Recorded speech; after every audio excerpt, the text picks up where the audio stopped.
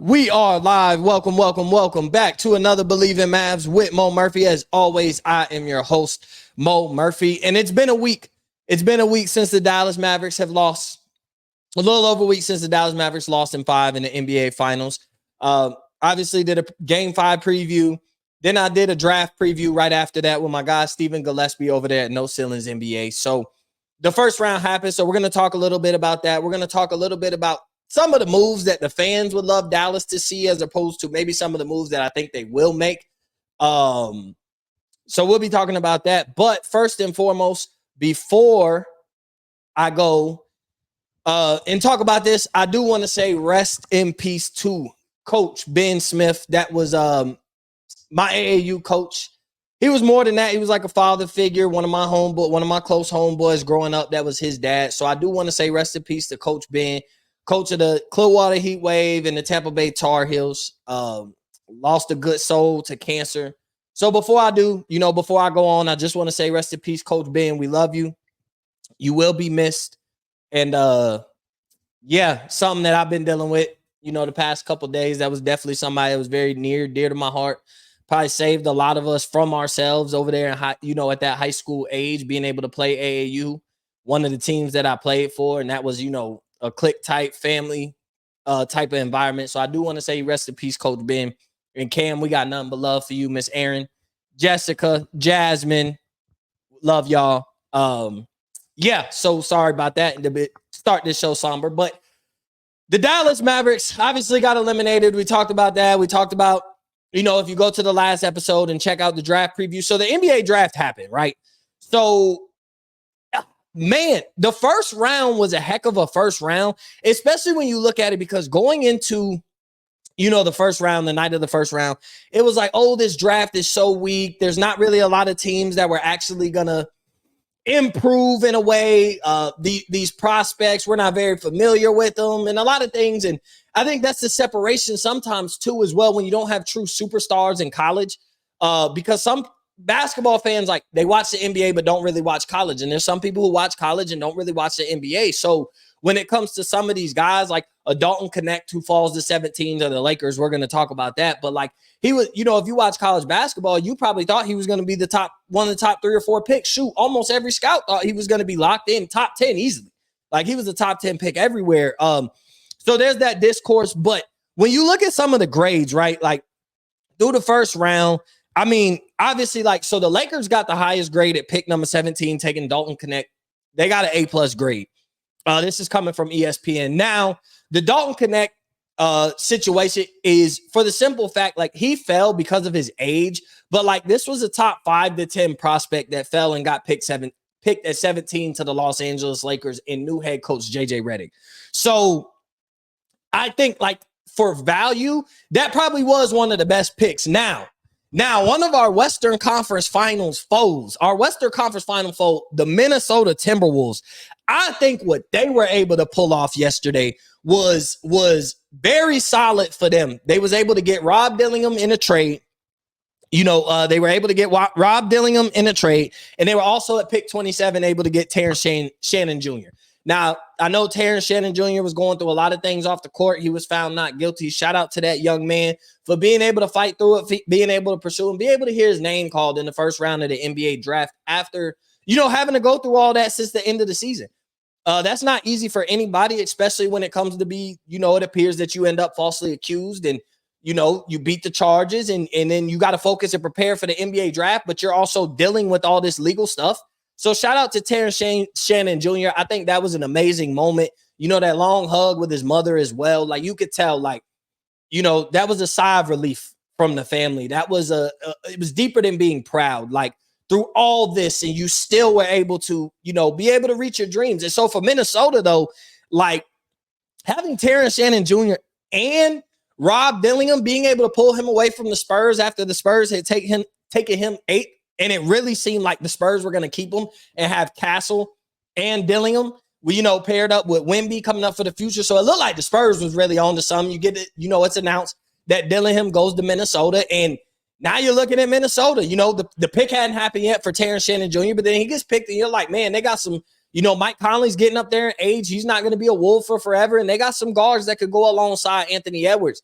Somebody on Twitter has said something that was, is actually kind of funny. It was like the aura of that team is going to have a lot of guys, being insane fans of the Minnesota Timberwolves. Anthony Edwards is a superstar coming up.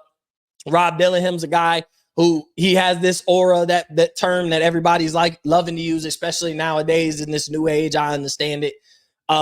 So that's kind of funny to me, but Minnesota did improve. I think a lot of teams improved. So let's talk about, like I said, Dalton Knecht goes at 17.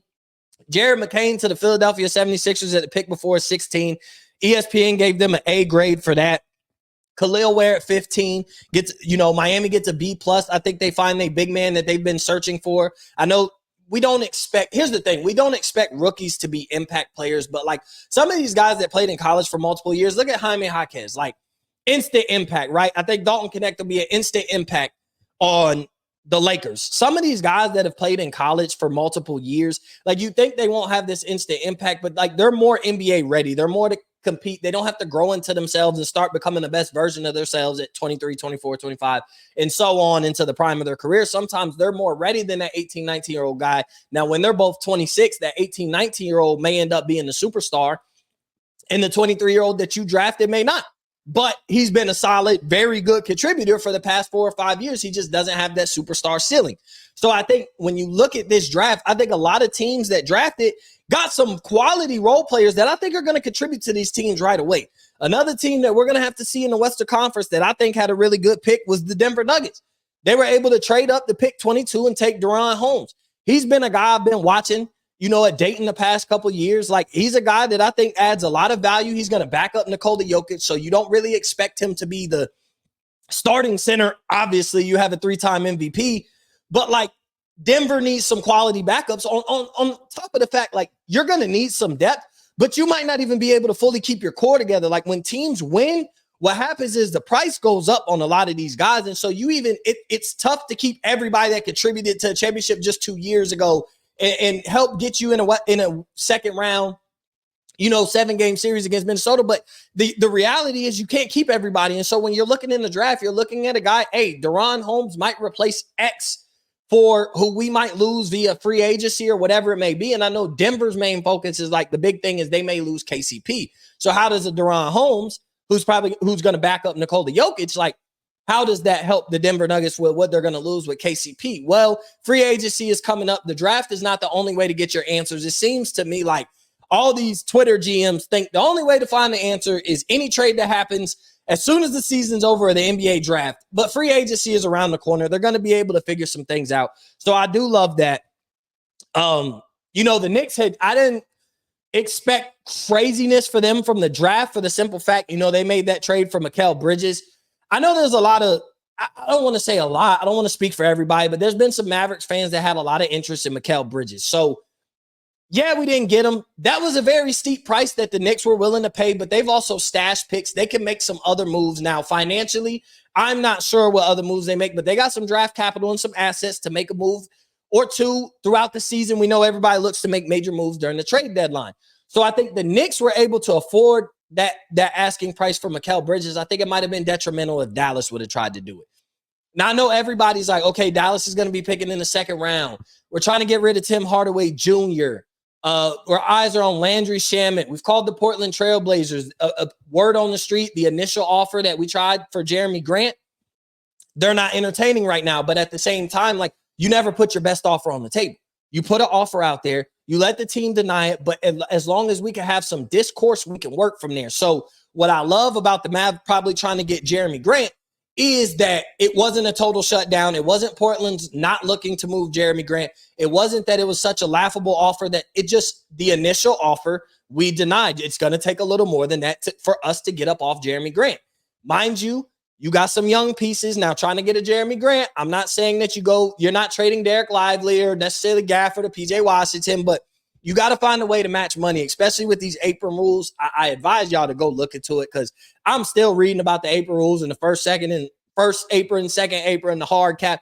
I'm still understanding it. So I don't completely understand it, but I think with them trying to get Jeremy Grant, it seems like that's kind of who Dallas might be dialed on if they're going to make a major move. If they're going to get that third guy, it seems like Jeremy Grant Now, my only concern for Jeremy Grant, if he does become a Dallas Maverick, is like the man's been really good. Like, he's been really good. He was really good in Detroit. His numbers really good at Portland. I understand that. But like sometimes, like some of these players that be really good is also because like the expectation for the franchise just there's not much expectation. You get to go out there and you play freely. He's a vet playing for teams that have basically found themselves trying to rebuild. So like, yeah, he hasn't played winning basketball in a couple years. So like, how is he going to be able to transition if Dallas is able to trade for Jeremy Grant? It seems like that's the number one target. I think they're going to entertain trying to get Tobias Harris in the building during free agency if they can't make any of these moves. But if they get Jeremy Grant, how is he going to be that? He's going to be the third option, no question. Like, he's not going to be the first or second option, but how does he respond to that? Because when you play for teams that go to the NBA finals and make the playoffs and make deep runs in the playoffs, like a lot of these guys, you have to sacrifice. There has to be a lot of sacrifice to come to try and keep repeating that success, especially when you're building a core. So like a guy like PJ Washington and Gafford, they did really well. You saw how they were able to adapt, moving from Charlotte and Washington and coming to Dallas and playing actual meaningful basketball, playing deep into the playoffs, playing in the Western Conference Final, and they fit. Like, and I know we wanted more from Gafford, we wanted more from PJ Washington, and they're going to get better in the offseason. And so if you added Jeremy Grant, though, how does he fit? I know his game offensively and defensively makes Dallas a better team, but ego-wise, how does he fit? And Jeremy Grant isn't this guy that word on the street is he has this crazy ego, but at the same time, like, this is a guy that, you know, he could get you 22, 23, 24 points a game, you know, if it calls for it, but it's never been in the same sense as winning. So, like, having to put that to the side, maybe you only score 17 to 18 points a game because you're such a great contributor on the defensive side and you're guarding our best player, and we know what you could do offensively, but you're going to have to sacrifice one way or the other. And so if Dallas is able to shake a trade for Jeremy Grant, then I would love to see how he's able to basically take a back seat to Kyrie and Luke on the offensive side and embrace what his role would be on the defensive side. I know a lot of people want Paul George. I know a lot of people want, you know, there was a Jimmy Butler and he could be available. I think all that's been shut down. And it's not that like, oh, if he's available, he wants to go to Dallas. But I know when some of these players become available, you really want to go all in. You know, you just reached the NBA Finals. So, God, if you take this team minus a couple pieces, but you added Jimmy Butler, you take this team minus a couple pieces that you're trading, but you added Paul George, you feel like you'll be right there. But all these other teams are getting better. And here's the thing. Sometimes you just have to stand pat and make simple improvements. Like right now, if Dallas is able to get Jeremy Grant, then we'll see how that goes. But I'm going to be honest, their focus should be keeping the core together. And I understand, like, it didn't look right against Boston. We have to improve. Dallas has to improve in order to beat the Boston Celtics. But, like, you can make minor improvements. Like, hey, trading a Tim Hardaway Jr., which seems imminent. I mean, it's almost like as I'm recording this episode, you almost wait and keep looking at your phone to see if a trade notification for Tim Hardaway Jr., and it seems like he's probably going to go to Detroit. Get Quentin Grimes in. Like, now you got a solid contributor. Tim Hardaway Jr. was solid, but when he got pulled from that rotation, there was never going to be a chance that he was going to be an elite contributor coming back. And so his time in Dallas is soured. I think his time from him and his father and what his father be saying, it's sour in Dallas, but don't, it's a two-way street. Don't think like, oh, the fans want Tim Hardaway Jr. back so bad and his father's pitching for, no, we need a fresh start. And fans are giving so much pushback. They ready to move on from Tim Hardaway Jr. as well. Like, and he gave a flash in that Boston series when the game was already over. And it was like, man, if he was shooting like that throughout the season, I understand he don't got to hit 5, 6, 7 threes, but if he was shooting like that, I don't think he would be such a trade candidate. And he's not even coveted by a lot of teams. Dallas just want to get up off of him and get up off and try and create some salary cap space, really, to be able to sign Derrick Jones Jr. Like, Dallas is desperate to kind of get rid of Tim Hardaway Jr. It seems like they're probably going to get rid of Maxi Kleber as well and try and make minor adjustments. All you have to do is, like, you keep that core together. They just made a deep playoff run. Luka's 25. He's going to be 26 years old next year. Like, he's entering the prime of his career. He's a superstar, first team all NBA, an MVP candidate. Now that he's made it to the NBA Finals, don't be surprised if he's the favorite to win MVP and ends up actually being able to pull off an MVP season and win the MVP next year. We know how well Kyrie Irving could be. So, like, at the same time, hey, they just fell into a bad matchup with Boston, but don't let that cloud the judgment of like, now we need to blow up this team. Now you want this team to be blown up, and you want to trade Gafford and PJ Washington and all the guys that you love throughout this run. Now there's a lot of people feeling like there's some people on the side of anybody not named Kyrie, Luka, or Lively is a touchable piece in a trade conversation. I don't think that needs to be the case because, like, in the past 3 years, let's look at, you went to the Western Conference Finals, you missed the playoffs, you go to the NBA Finals.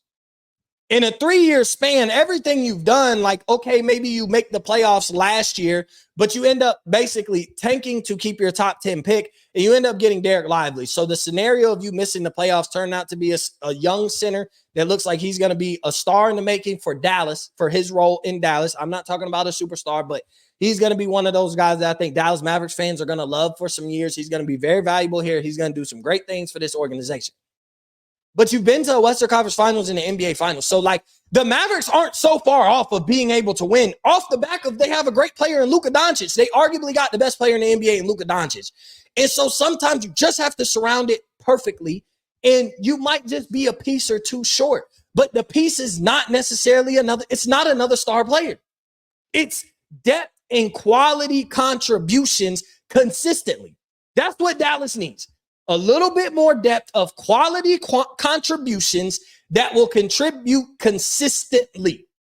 And I think getting rid of Tim Hardaway Jr. for a piece like Quentin Grimes, I think you can do that. This is a young guy, a two-way player, a good role player that knows his role. He's got a quick release. He knows how to slit the screens. Watch him in Detroit. Watch him with the Knicks. Watch him when he was with the Knicks or with Detroit. He knows how to find himself open to take his shot, and he can shoot it. And he could get hot. And he's a role player. So, like, if there is that point in time where he goes 2 for 7 from the three, you're not leaning on him to win games. You're not even necessarily leaning on him to win a championship. But what you are doing is looking to him to step up and play good as a role player consistently. Tim Hardaway Jr. wasn't able to do that. Maxi Kleber, I don't think will be able to do that. So you just get rid of guys like that are eating up cap space for minor improvements. So if you tell me Tim Hardaway Jr. is a Piston today and we get Quentin Grimes in return, I think we're a little bit better. And you're talking about a team that made it to the NBA. That's a little bit better. That's all you need. You need slight improvements. And so everybody we got to go get the star. We got to go get the star. We got to go get the star. And it's got to be the star. It's got to be Paul George. It's got to be Jeremy Grant. But like with this solid core coming back after a deep playoff run, everybody's going to improve. Everybody's going to get better. You got a taste of what it's like losing a championship. You never want that feeling again. You get to look at the film all summer, all offseason, and figure out where you can improve as an individual and some of the spots that we can improve as a team. Jason Kidd's going to be doing that. The other players are going to be doing that. You want guys to improve on shooting. You want guys to improve on their effort on defense. So all of that can happen for Dallas, and they could just step up with the same roster, and they're instantly a better team next year because the guys already on their roster that contributed to them getting to the NBA Finals is already that much better, that little bit better. If each individual comes back a little bit better, if everybody come back 5% better, this is a team that made the NBA Finals that is better. And so you make minor adjustments. And so for me, I think getting a Quentin Grimes and getting maybe a Landry Shamet, those are the minor adjustments. You don't need a guy that Luka has to figure out how to play alongside with that'll take the ball out of his hands. You don't need a guy that'll take the ball out of Kyrie's hands. You got two guys that can get buckets whenever they want. You got, the great one of, if not the greatest playmaker in the league right now in Luka Doncic, a walking borderline triple-double. So like you don't need anybody. You need somebody that can score. Like you do need another scorer, but like the price tag for that instant score, instant offense that you're talking about, I think you can find that with just Jaden Hardy improving and being more a part of the rotation, maybe a 6-man piece. I think they've been building him. I think he's going to be in the 6-man of the year race next year because I think he's going to get a lot more opportunities, especially in the regular season. You want to try and rest Luka. You don't want to run Luka rugged. You saw him having to play through injuries throughout the playoffs. Like the farther you go, the less healthy you are, period. Whether you get banged up or not, you're still not as fresh in June as you were at the start of the playoffs in April. So I think you try and get Jaden Hardy. If you don't end up trading him, and I don't think you should, I think he could be a quality 6-man. He's a guy, he can get his own bucket. You give him enough minutes and you give him that confidence in the rotation, and that man can go get his own bucket. And now you got a Landry Shamet, a good veteran guard that can hit some open threes, when Luka Doncic finds him. Like, I think it's that simple for the Dallas Mavericks. And I think sometimes everybody just likes to overcomplicate it for the simple fact, like, there's these dream scenarios. And what do we really need? How can we be so much better? But I think what needs to happen is a lot of people need to take their NBA 2K and their ESPN trade machines. Let's just have fun, not fully understanding basketball and fit. And I just hear the name and what does it take for me to get this name? Even though I might give up 4 or 5 players, 3, 4 players, or 3 or 4 picks, and it might hurt myself because if it doesn't make it, like all of that going through your head, right? Y'all just got to chill out. Let these GMs work. Nico made, he signed an extension. He made this team significantly better at the trade deadline. So at this point, this team is constantly improved. You have to trust them. You have to understand. You got to trust him. He's working behind the scenes, but everybody wants instant results. The minute that Knicks Mikal Bridges trade happened, all these other teams are getting anxious and looking the night before the draft, NBA draft night eve, and now they're like, okay, now we need to go get Jeremy Grant or Paul George. Say, hey, they, the domino piece fell. Now all these other domino pieces need to fall, and I don't think that's the case. So enjoy the second round of the NBA draft. We'll be back to talk after it completely concludes. I appreciate everybody for tuning in. I appreciate everybody for listening. Be well, be safe, and we will catch you on another episode of Bleav in Mavs.